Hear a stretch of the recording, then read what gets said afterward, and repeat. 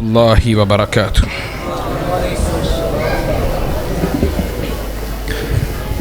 نحمده ونصلی علی رسولہ الکریم، بسم اللہ الرحمن الرحیم۔ قال اللہ تبارک وتعالی فی کلام المجید والفرقان الحمید، هو الذی ارسل رسولہ بالہدی ودین الحق ودین الحق لیظہرہ علی الدین کلہ۔ وقال اللہ تبارک وتعالی ومن الناس من یشری نفسہ ابتغاء مرضات اللہ۔ حضرات دی وقار، بزرگوں، دوستوں اور بھائیوں، معزز علماء کرام اور میری جماعت کے اکابرین، میں مختصر وقت کے اندر چند باتیں اپنے مسلک، اس کی دعوت اور چند باتیں 23 مارچ کی مناسبت سے آپ کے سامنے رکھنا چاہوں گا۔ اللہ کے فضل و کرم سے آج جلسہ وہ اہل حدیث کا ہے، اور اہل حدیث کے اس جلسے کے اندر ذکر جناب محمد الرسول اللہ صلی اللہ علیہ وسلم کا، اور 23 مارچ کی مناسبت سے مجھے حضرت شہید رحمۃ اللہ علیہ کے الفاظ یاد آئے۔ حضرت شہید نے کہا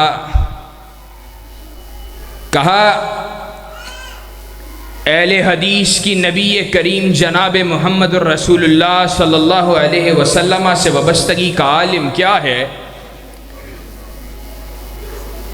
کہ کوئی نکلا، اس کی بریک، کوئی محبت کرنے والا نکلا، اس کی بریک لاہور میں لگی، اور کسی کی بریک پاک پتن میں لگی، کسی کی بریک قصور میں لگی، کسی کی سندھ میں، کسی کی اجمیر میں، کسی کی بریک جو آگے بڑھا تو سمرقند پہنچا، اور کسی کی بریک بخارا میں جا کے لگی، کسی کی بریک کوفہ و بغداد کی بستی میں جا کے لگی۔ لیکن اہل حدیث کی خوشبختی کا عالم کیا ہے کہ اہل حدیث کے راستے میں لاہور بھی آیا، پاک پتن بھی آیا، قصور بھی آیا، سندھ بھی آیا، اجمیر بھی آیا، کوفہ بھی آیا، بغداد بھی آیا، سمرقند بھی آیا، بخارا بھی آیا۔ اہل حدیث نے اپنی آنکھوں کو بند کر لیا، آنکھوں کو جا کے کھولا تو محمد کے شہر مدینہ میں جا کے کھولا ہے صلی اللہ علیہ وسلم۔ حقانیت مسلک اہل حدیث، حقانیت مسلک اہل حدیث، شہید ملت علامہ احسان اللہ ظہیر۔ اور بات کو مزید کھول کے کہوں تو کسی نے کسی کو بڑا مانا، کسی نے کسی کو پیر مانا، کسی نے کسی کو امام مانا، کسی نے کہا میرا امام فقہ کا سب سے بڑا امام ہے، فقہ کی استدلال کی، استنباط کی، اجتہاد کی جو صلاحیت میرے امام کے پاس ہے وہ کسی دوسرے کے پاس نہیں ہے۔ لیکن اہل حدیث نے کہا ہمارے لیے رب کا قرآن قانون کی حیثیت رکھتا ہے کہ کائنات کے رب نے کہا یا ایھا الذین آمنوا اطیعوا اللہ واطیعوا الرسول وَأُولِي الْأَمْرِ مِنْكُمْ فَإِن تَنَازَعْتُمْ فِي شَيْءٍ فَرُدُّوهُ إِلَى اللَّهِ وَالرَّسُولِ. کیا کہا پیروی اللہ اور اس کے رسول کی کرنی ہے. ہم نے کہا جو تمہارا بڑا ہے وہ ہمارا بھی بڑا ہے. ہمارا وہ بڑا ہے، ہمارے سر کا تاج ہے، ہمارے ماتھوں کا جھومر ہے، ہمارے سینے کا قرار اور ٹھنڈک ہے. لیکن ہم نے کیا کہا؟ ہم نے کہا اگر کائنات کے رب کی بات کے ساتھ، رسول اللہ کی بات کے ساتھ، اولی الامر کی بات کو ماننا قرآن نے بیان کیا ہے تو آگے یہ بھی بیان کیا ہے فَإِن تَنَازَعْتُمْ فِي شَيْءٍ، کہ اگر تنازع ہو جائے کسی شے میں تو بتلاؤ اللہ اور اس کے رسول کی بات سے تنازع ہو سکتا ہے؟ جس نے اللہ اور اس کے رسول کی بات سے تنازع کیا اس نے ایمان کو ضائع کر دیا. تنازع ہو جائے تو کیا، اگر تنازع ہو جائے تو پھر رجوع کرنا ہے، پلٹنا ہے تو اللہ اور اس کے رسول کی بات کی طرف پلٹنا ہے. ہم نے کہا تم نے اوروں کو بڑا بانا، اوروں کو بڑا بنایا. تم نے کہا جس مسئلہ کے اندر ہمارا امام وہ اپنے لبوں کو جنبش دے لے، اس مسئلے کے اندر ہمارے امام کی بات کو رد کیا جا سکتا نہیں ہے. لیکن اہل حدیث کے فرزند کا اعلان کیا ہے، اور یہی اللہ کے فضل و کرم سے میرے علماء کا منہج ہے، میرے شیوخ الحدیث کا منہج ہے، میرے علماء میرے محدثین کا منہج ہے، اور میرے اکابرین کا یہی منہج ہے. یہی آج اس فقیر کا منہج ہے کہ ساری کائنات کے انبیاء، ساری کائنات کے امام ایک طرف بلاتے ہوں، ساری کائنات کے اولیاء ایک طرف بلاتے ہوں، ساری کائنات کے اتقیاء ایک طرف بلاتے ہوں، مجتہدین کی جماعت ایک طرف بلاتی ہو، فقہا کی جماعت ایک طرف بلاتی ہو، غرض یہ کہ ساری کائنات ایک طرف بلاتی ہو، تنہا مینا کلال دوسری طرف بلاتا ہو. ساری کائنات کی بات کو رد کر دیا جائے گا، محمد علیہ السلام کی بات پہ آنچ کو نہیں آنے دیا جائے گا.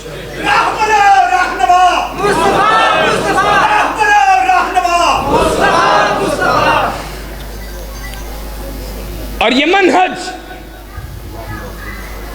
ہم نے کوئی گھر میں نہیں گڑا ہے، ہم نے ان کو اپنے مدرسوں میں بیٹھ کے نہیں گڑا ہے. جاؤ صدیق اکبر کو دیکھو رضی اللہ تعالی، سیدنا صدیق اکبر رضی اللہ تعالی عنہ خلافت کی خلعت کو، خلافت کے بھار کو اٹھاتے ہوئے خطبہ کے دوران کیا اعلان کیا؟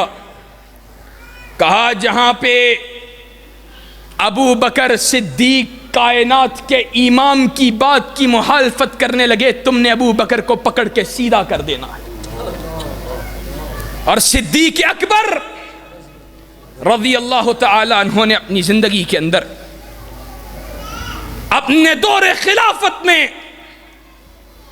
آپ کے پاس تیسری مرتبہ چوری کر کے ایک مجرم کو پیش کیا گیا، تیسری مرتبہ چوری کر کے آیا.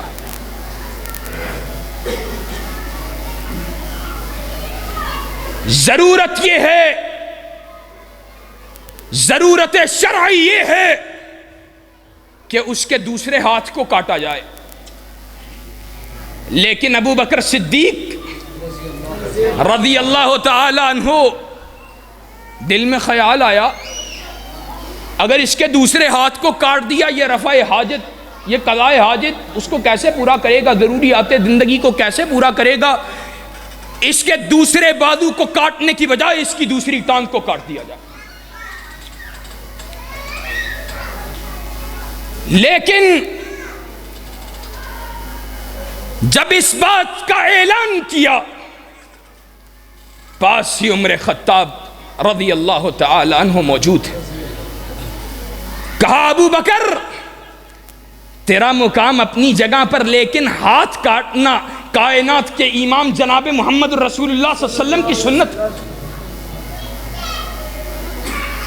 آج ہم بات کریں تو کہتے ہیں ہمارے امام نے کہا ہے، ہمارے مولوی نے کہا ہے، ہمارے فقیہ نے کہا ہے. آج تمہارا علم کیا اس سے زیادہ ہے؟ لیکن ابو بکر صدیق رضی اللہ تعالی عنہ جس کے بارے میں امام ابن تیمیہ رحمۃ اللہ علیہ نے یہ بات کہی ہے، کہا امت کے اندر سب سے بڑا عالم بالاجماع ابو بکر صدیق.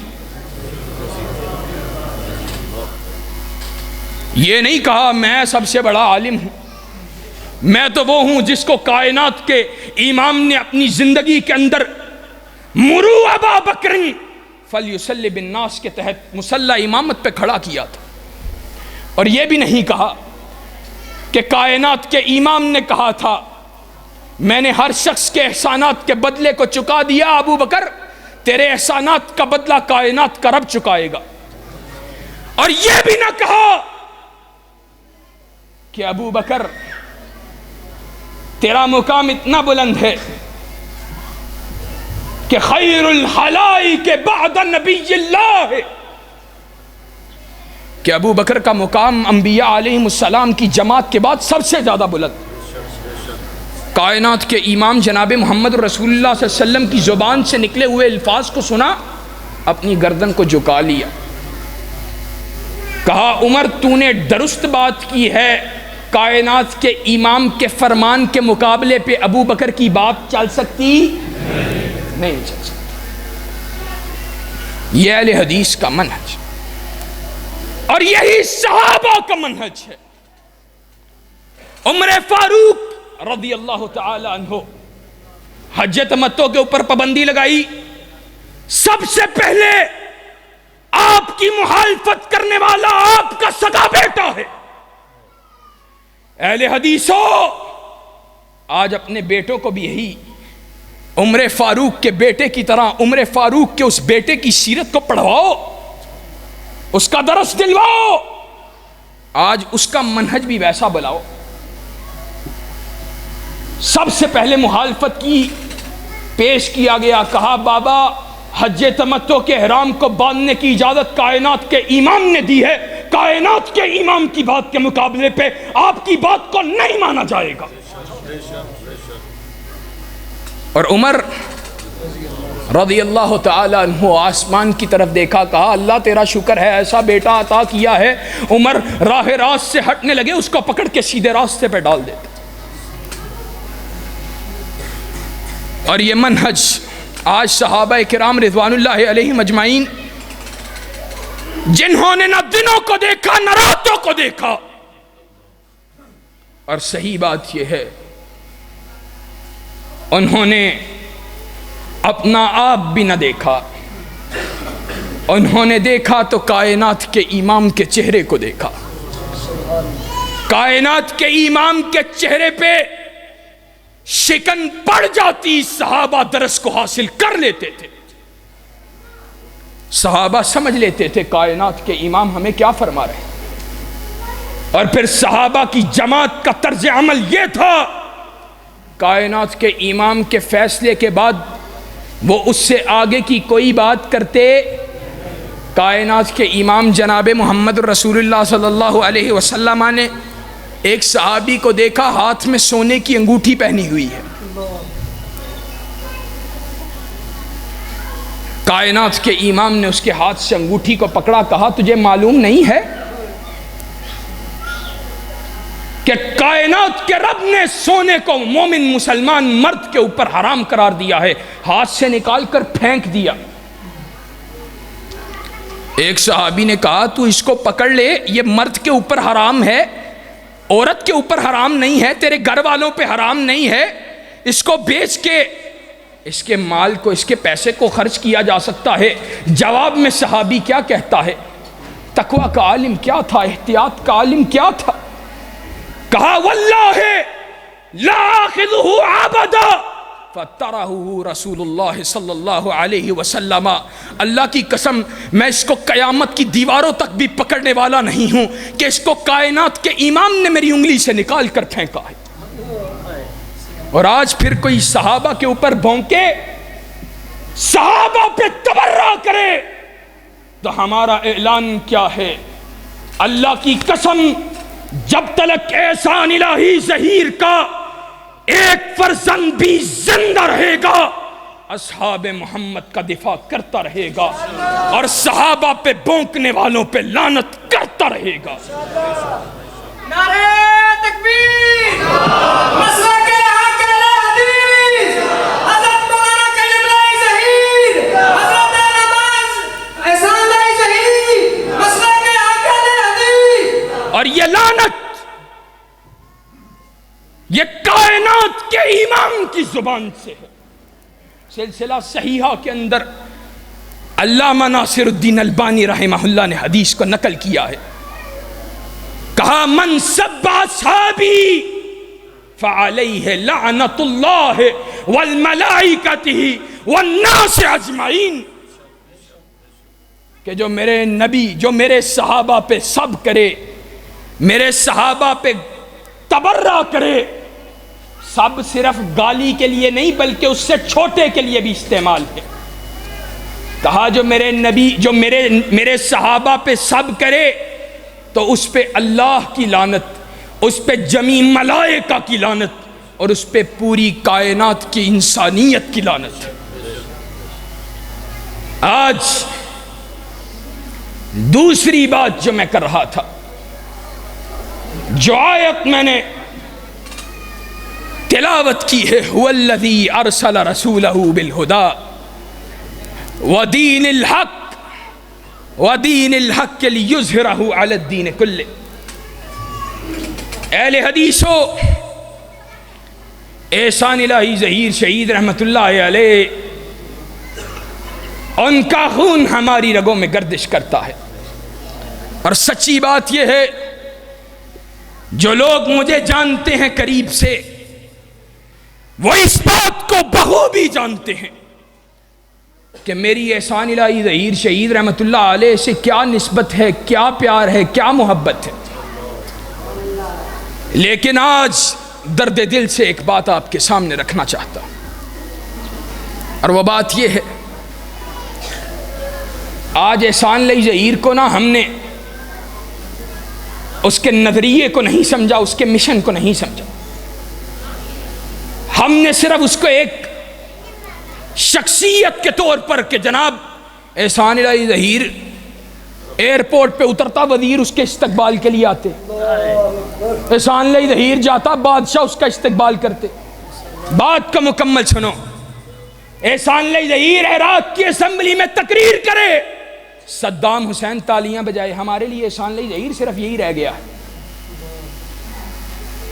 حقیقت بات یہ ہے، ضرورت اس امر کی ہے کہ اس بات کو پہچانا جائے کہ مالک کائنات نے احسان الہی ظہیر کو یہ مقام بلند اگر عطا کیا تھا تو کیوں کیا تھا؟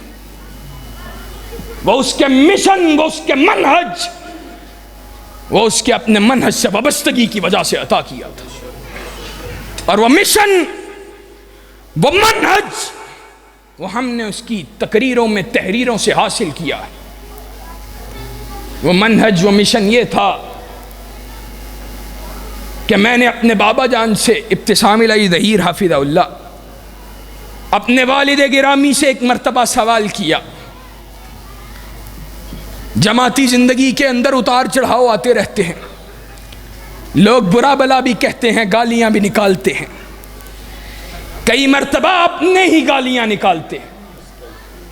ایسے ہی کسی دور کے اندر میں نے سوال کیا، میں نے کہا لوگ کہتے ہیں، 7-8 برس پرانی بات ہوگی، میں نے کہا لوگ کہتے ہیں بتلاؤ تمہاری زندگی کا مقصد ہی کیا ہے، تم نفاذ اسلام کی باتیں کرتے ہو، تمہاری زندگی کا مقصد کیا ہے اور مشن و منشور کیا ہے؟ تو مجھے اچھی طرح یاد ہے انہوں نے جواب میں کہا تھا، اور یہی احسان الہی ظہیر کی زندگی کا منہج و منشور تھا۔ انہوں نے کہا تھا آئندہ کوئی پوچھے تو جواب میں کہنا ہے ہماری زندگی کا مقصد لتکون کلمۃ اللہ، لتکون کلمۃ اللہ ہی العلیٰ، کہ ہماری زندگی کا مقصد ہے رب کے کلمہ کی سربلندی، کہ اللہ کے زمین کے اوپر اللہ رب العزت کی قانون، اس کی بالادستی ہماری زندگی کا منہج، منشور اور مشن ہے۔ اور یہی احسان الہی ظہیر اس کی زندگی کا منہج، منشور اور مشن تھا۔ 23 مارچ جہاں اس کا تعلق تاریخ پاکستان سے ہے، وہیں اس کا تعلق شہداء اہل حدیث کے ساتھ ہے۔ اور ہم یہ بات سمجھتے ہیں کہ شہداء اہل حدیث ان کی زندگی کا منہج یہ تھا کہ لتکون کلمۃ اللہ ہی العلیٰ، کہ جس کے لیے کائنات کے امام نے کہا تھا اور لوگوں سن لو، او کفار سن لو، قولوا لا الہ الا اللہ تفلحوا تملک العرب والعجم، کہ لا الہ الا اللہ کے نعرے کو بلند کرو، اللہ تمہیں زمین عرب و عجم کی بادشاہت عطا کرے گا۔ آج ہم چاہتے ہیں، اور پاکستان کو حاصل کیا گیا، اتنی قربانیاں دی گئی، مقصود صرف یہی تھا کہ ایک ایسے خطے کو حاصل کیا جائے، ایک ایسی دھرتی کو حاصل کیا جائے جس میں رب کے قانون کا نفاذ ہو۔ اور جو آیت پڑھی هو الذی ارسل رسولہ بالہدی ودین الحق لیظہرہ علی الدین کلہ، دین کے اظہار کی بات، دین کے غلبے کی بات۔ لیکن آج افسوس کے ساتھ آج ہم دیکھتے ہیں اس آیت کا مفہوم، اس آیت کا معنی، اس کی شرح کو بیان کرتے ہوئے، اس کی تفسیر کو بیان کرتے ہوئے یہ بات کہی جاتی ہے کہ یہ اظہار دین دلائل کے میدان کے اندر ہے۔ اور میں نے اپنی طرف سے نہیں کہا، ابن قیم رحمت اللہ علیہ نے کہا ہے، کہا یہ اظہار دین صرف دلائل کے میدان کے اندر نہیں بلکہ سیاسی غلبے کی صورت کے اندر بھی۔ اور آج جب ہم سیاسی غلبے کی بات کرتے ہیں تو ہم پہ تنقید، ہم پہ تان، ہم پہ تبرہ، کہیں متشدد، اور اگر کوئی یہ نہ کہے تو وہ زیادہ سے زیادہ اس کے پاس یہ بات ہوتی ہے علماء کے پاس کیا ہے، معیشت کیسے چلے گی، معاشرت کا اندر گزارا کیسے ہوگا، معاشی بدحالی کا مقابلہ کیسے کریں گے۔ ادھر بڑے بڑوں کے اکنامک پلان فلوپ کر گئے، علماء کے پاس آج کیا اکنامک پلان ہے؟ کائنات کے امام جناب محمد رسول اللہ صلی اللہ علیہ وسلم، پہلی تو بات یہ ہے زمینی لحاظ سے ہمارے پاس ماہر معاشیات علماء میں آج موجود ہیں، دینی طبقات میں آج موجود ہیں۔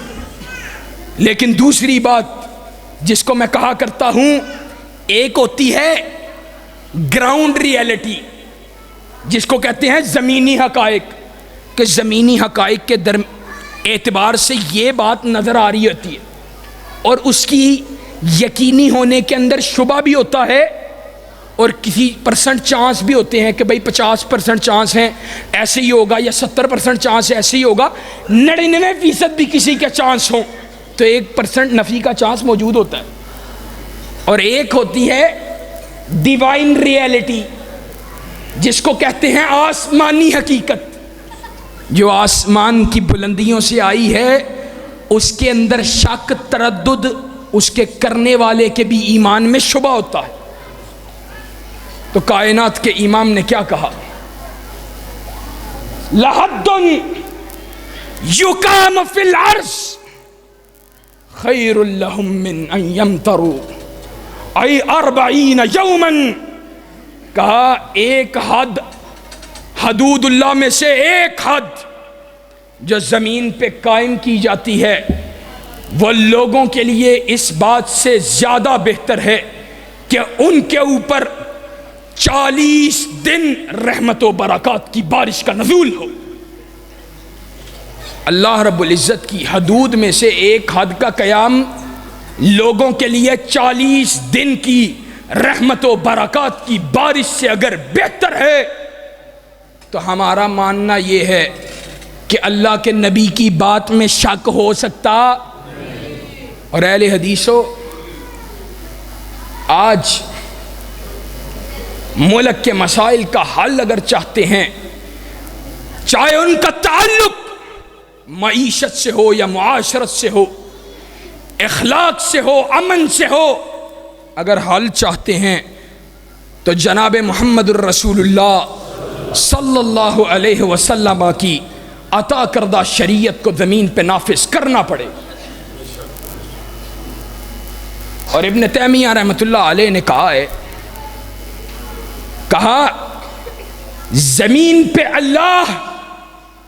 اللہ رب العزت کی حدود کا قیام اور اس کے ذریعے ان حدوں کو قائم کرنے کے ذریعے اللہ رب العزت کے تقرب کو حاصل کرنا مومن و مسلمان پہ واجب ہے.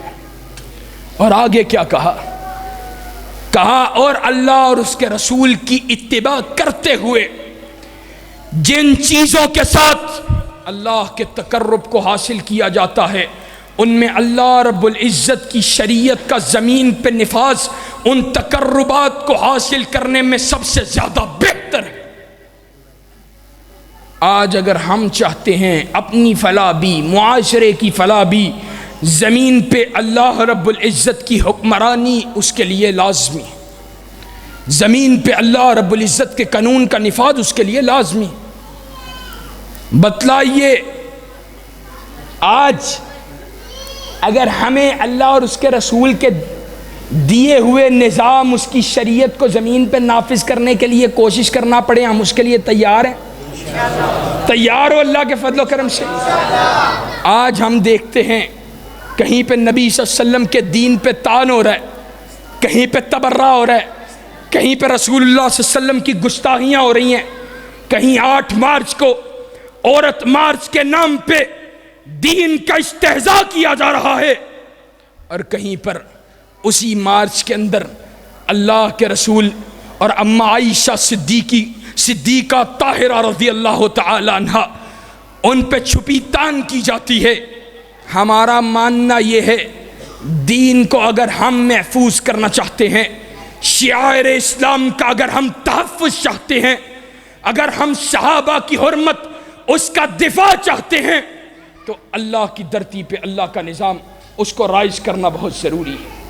یہ حکمران نہ ان کو دین سے کوئی غرض ہے، نہ ان کو شریعت سے کوئی غرض ہے، نہ ان کو صحابہ کی حرمت سے کوئی غرض ہے. یہ دین سے بغاوت کرنے والے، یہ دین سے بے وفائیاں کرنے والے، یہ دین پہ ڈاکے ڈالنے والے اور ڈاکے ڈالنے کے راستوں کو، چور دروازوں کو خود فراہم کرنے والے ہیں. اور انشاءاللہ جب تک اہل حدیث کا ایک فرزند بھی زندہ رہے گا چوکیداری کا فریضہ سر انجام دیتا رہے گا. انشاءاللہ دیتے رہو گے، انشاءاللہ دیتے رہو گے.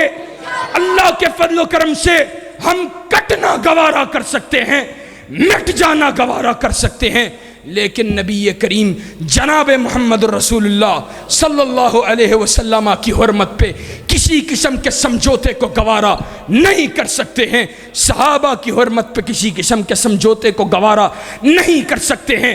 شعائر اسلام کے اوپر کسی قسم کے سمجھوتے کو گوارا نہیں کر سکتے ہیں. وآخر دعوانا ان الحمدللہ رب العالمین.